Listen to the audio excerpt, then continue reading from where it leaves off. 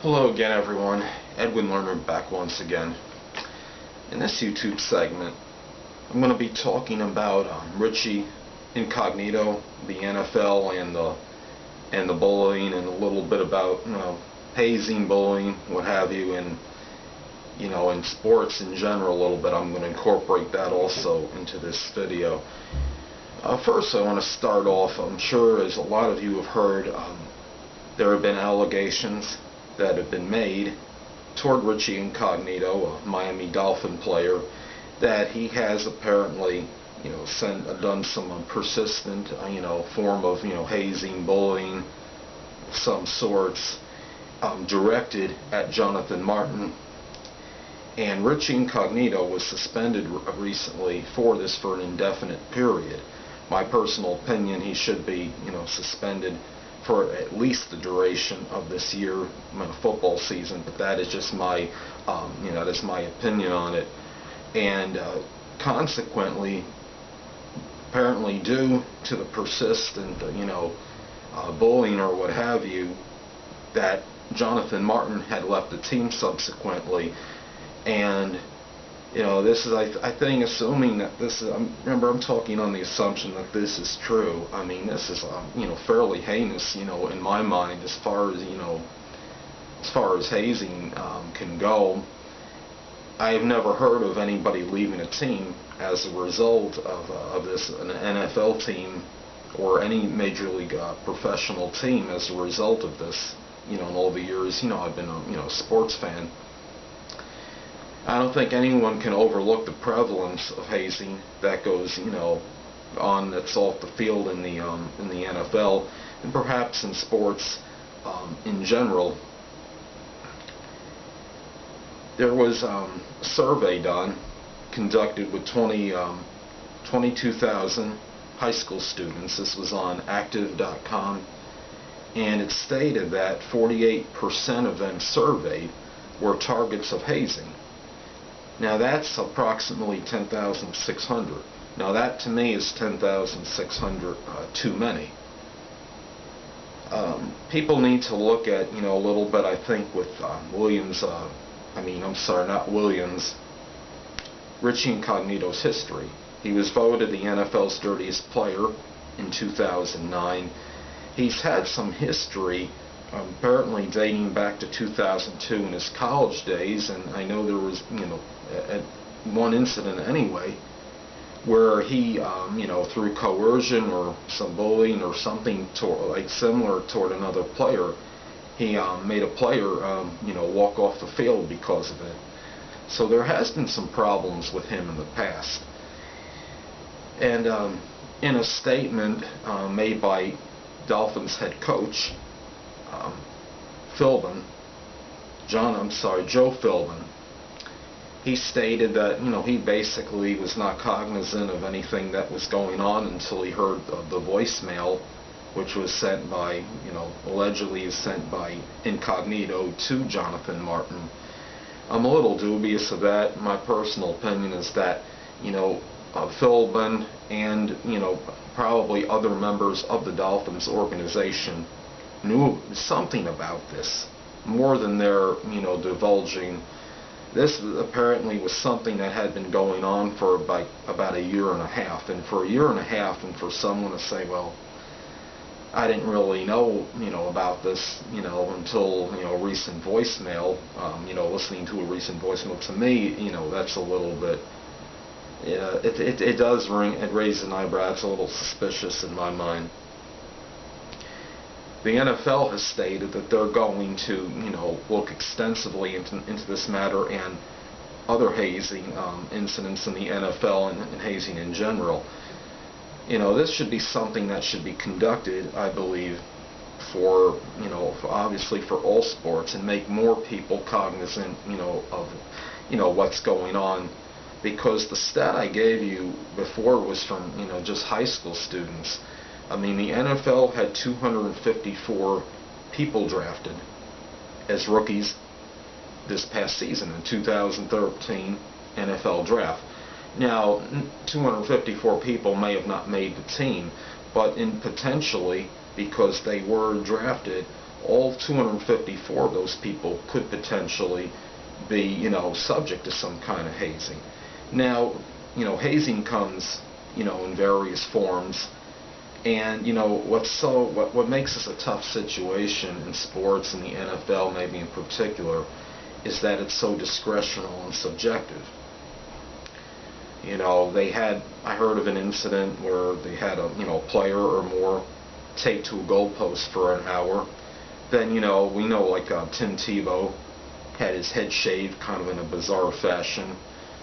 There's some that aren't, really that heinous, that are just, more, I guess, part almost like a protocol or initiation thing for people in the league. What part of what I don't, really understand is maybe why, Jonathan Martin maybe could have stated something a little bit, earlier to somebody. Now, I think people were aware of this, what was going on, but why couldn't maybe he have stated, publicly a little bit sooner as to what was going on? And I'd seen a report. It was from Mike Freeman, who was a lead NFL writer for Bleacher Report. He stated that maybe Martin didn't have, the ability maybe to blend into that kind of environment in the NFL, that the NFL could be somewhat harsh. Now, I understand there can be a compatibility issue on some level with that. However, it doesn't change the fact that a lot of this hazing is something that shouldn't be condoned. If the NFL, if the Miami Dolphins coach, Joe Philbin, if he was actually aware of this more than he's stating, obviously there's some culpability and accountability on his end, and which really should be something that may have to be addressed later on, and obviously some form of punishment. From the last season when they had that bounty scandal connected with the New Orleans Saints, there were multiple players, coaches that had pretty long suspensions. So Joe Philbin could be facing some consequences if it is discovered he knew more than what he's divulging or disclosing. I thought was interesting was I saw something on Dr. Drew, I believe it was Wednesday night, and Ricky Williams, former Miami Dolphin NFL player. I don't know, he may still be currently a player, but I know, I'm just saying he's a former Miami Dolphin player. I don't know if he's current or not, I should know, but I'm not aware whether he's still playing in the league as of this point in time or not. But I do know that he basically wanted to be kind of Mr. Neutral on the Dr. Drew show.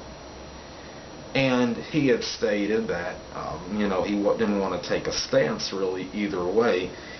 And one of the panelists that were on Dr. Drew, I might not be able to pronounce his name correctly. It's something like Segun Odu Olo, or it's a very kind of a hard name for me to say.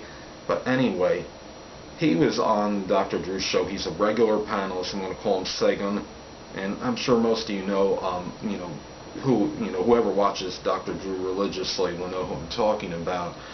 Anyway, he was on the show, and he said that some of what Ricky Williams stated was downright appalling, because and you know what, I don't necessarily like maybe the way that was stated, but maybe he had a point in that. Maybe that Ricky Williams should have maybe taken more of a stand for Jonathan Martin as opposed to Richie Incognito, perhaps. A lot of people say that this is something this is just part of the environment in the NFL. Well, something that goes on consistently doesn't necessarily make it right, or necessarily something that should be conducive to a sport.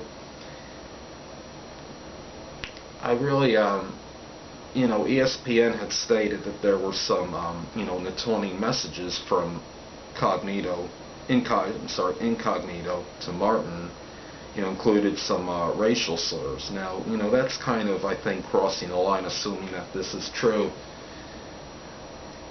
And really, to me, I think some of the things to think about is, how this could be detrimental, to the players. And, if this is the one time somebody had left, that reportedly left because of this, could it have happened previous times and they just weren't reported or recorded? Of other players maybe have been coerced or, subject to some kind of, bombardment of bullying, that they just decided to leave?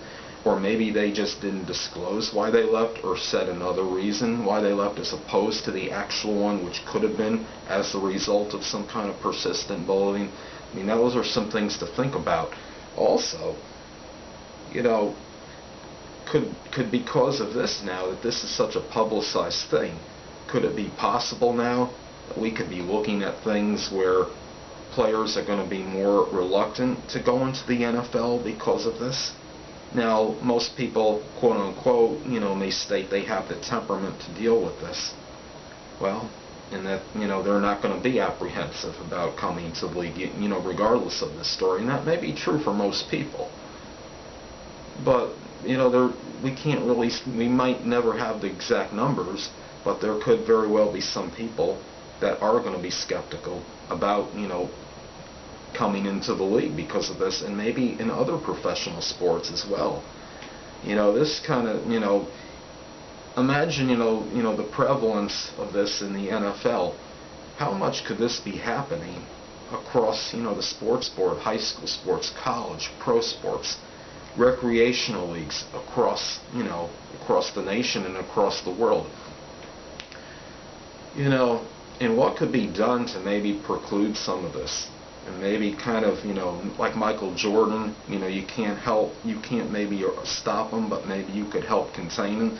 Maybe there's things that could be done to help diminish this. Perhaps maybe coaches staying on players a little bit more, even if it's somehow through connections through a social networking site.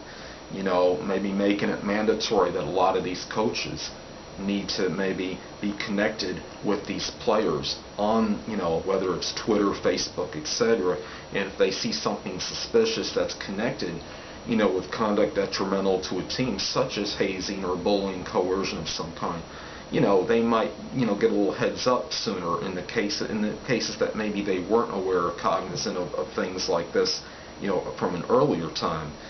I'm not saying, they got to put an ankle bracelet on these players or, put a tracking device or GPS on them, but, maybe there should be a way where some of their actions should be scrutinized a little bit more by the coaches in the league, and I think that could help, maybe diminish some of this stuff, that's been going on, for a good amount of time.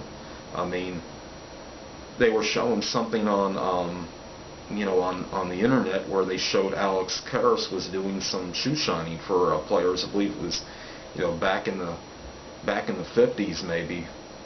And so I mean, there's forms of this that have been going on for a while. Some more harmful than others, and maybe something needs to be done about this sooner or later. And I don't understand another thing, is that why has it taken the NFL up to this point to really look extensively and thoroughly into this kind of thing in the league? Baseball procrastinated for a pretty long time, I felt, as far as the steroid use. It wasn't until around 2005, I believe, in MLB, that more stringent testing was being conducted on players. So these are some things to think about. And anyway, I'm going to conclude basically saying that, we need, obviously things need to be done to act as, a deterrent for this kind of, thing. Maybe harsher punishment for the real, heinous acts of hazing in sports in general. And, maybe Richie Incognito, maybe he should go incognito for a little bit after, assuming that these allegations are true. And if he did do this, the one last thing I have to say, bully for him. Well, people, that will conclude this YouTube segment. Until next time, people, stay well.